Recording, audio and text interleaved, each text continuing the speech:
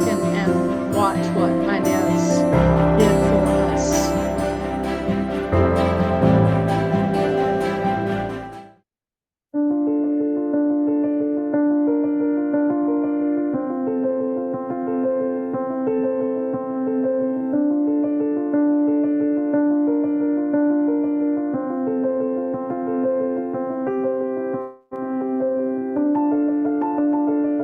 The march, a massive spectacle of 8,000 women displaying their demand for the right to vote.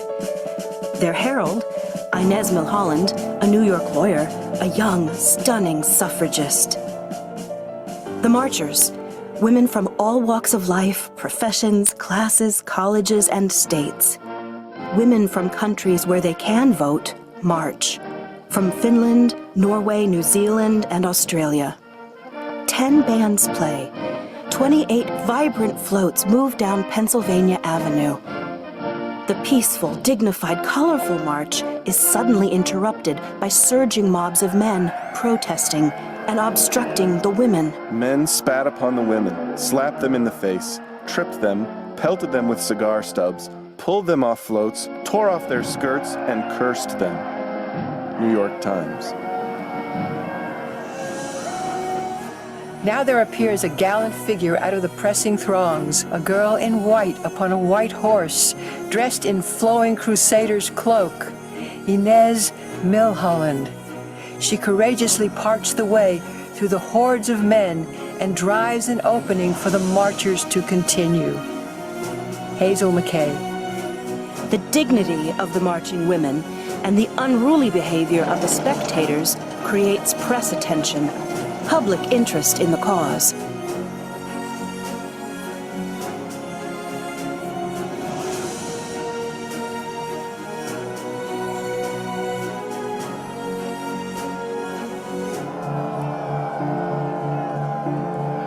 In the 2 years after the 1913 Washington March, the Democratic Party in power still refuses to advance the cause of equal suffrage.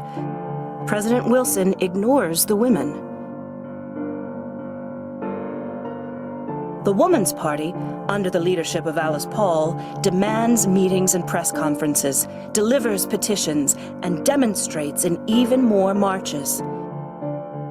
New tactics against the party in power must be taken.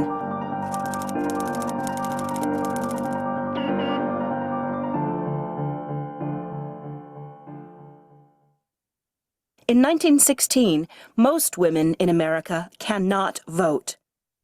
However, in 11 Western states, women have won their right to vote. The largest number is in California, which is crucial to the national voting outcome.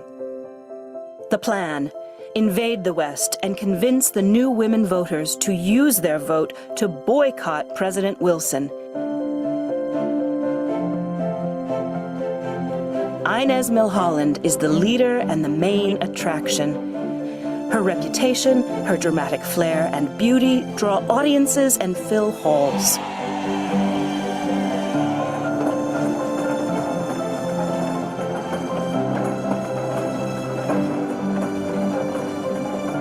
Inez travels through 9 states in 30 days, giving 50 speeches.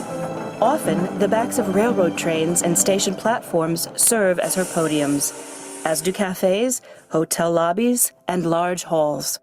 Her sister, Vida, who travels with her, reports. The trip is fraught with hardships.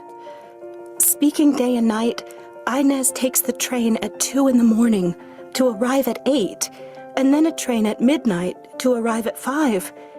She comes away from the excited audiences drained and drooping like a flower.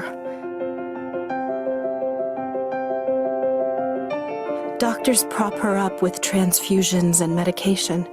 But Inez will not stop the tour. She will not quit this mission. She is heartened and healed by the power of her message. If democracy means anything, it means the right to a voice in the government. Women are as deeply concerned as men on the matters in our country. It is impossible for any problem that confronts the nation today to be decided adequately or justly, while half the people are excluded from its consideration.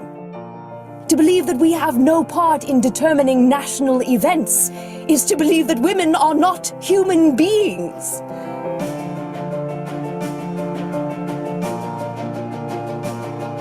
Women of the West, you who possess the vote, use it on behalf of women.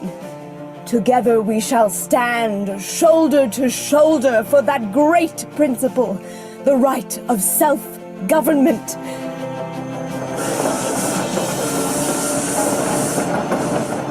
When we reach Los Angeles on October 24th, Inez is feverish and failing, but robust in her intention to inspire those 1,500 gathered at Blanchard Hall. Elegant even in her illness, Inez speaks ardently with fiery logic. We are not putting our faith in any man or party, but in you, the women voters of the West. Let them know, President Wilson, how long must women wait for liberty? In the middle of this intense sentence, this remarkable woman crumpled up like a wilted white rose and lay stark upon the platform. Los Angeles Times.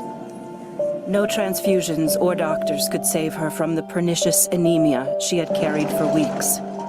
Inez Milhollund dies 3 weeks later in Los Angeles at the tender age of 30. Newspapers around the country carry the shocking news of the beautiful suffragist's death.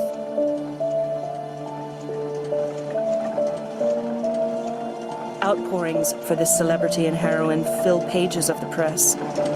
3 memorials are held, as her death is a cry for her work to go on.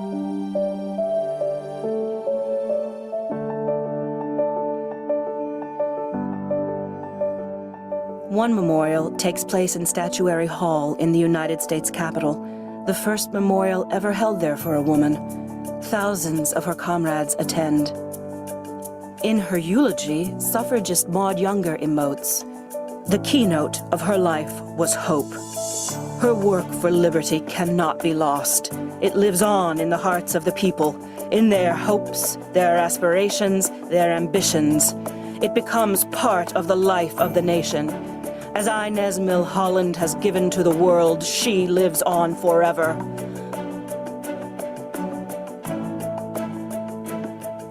Two weeks later, inspired by Inez's death, the Woman's Party pickets the White House with banners carrying Inez's last words. The picketers are arrested, go on hunger strikes, and many are forced fed.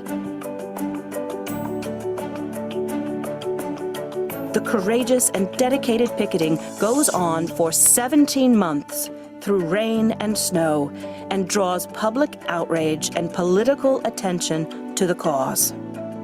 Finally, on August 26, 1920, the suffrage amendment is passed by both houses and ratified by the states to become the 19th Amendment.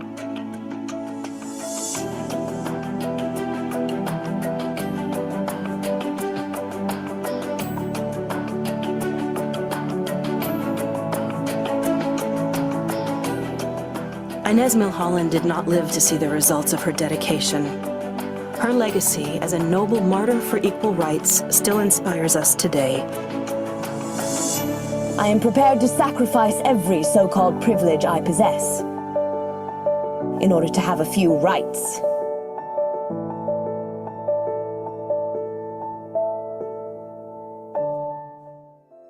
Remember how precious this right to vote is, won after 72 years of marching, demanding, speaking, and imprisonment. We are privileged voters who stand on their time-worn shoulders. Now it is our voices and our hearts. Voting is the most powerful, nonviolent tool of equality in our democracy. Vote with participation and with pride.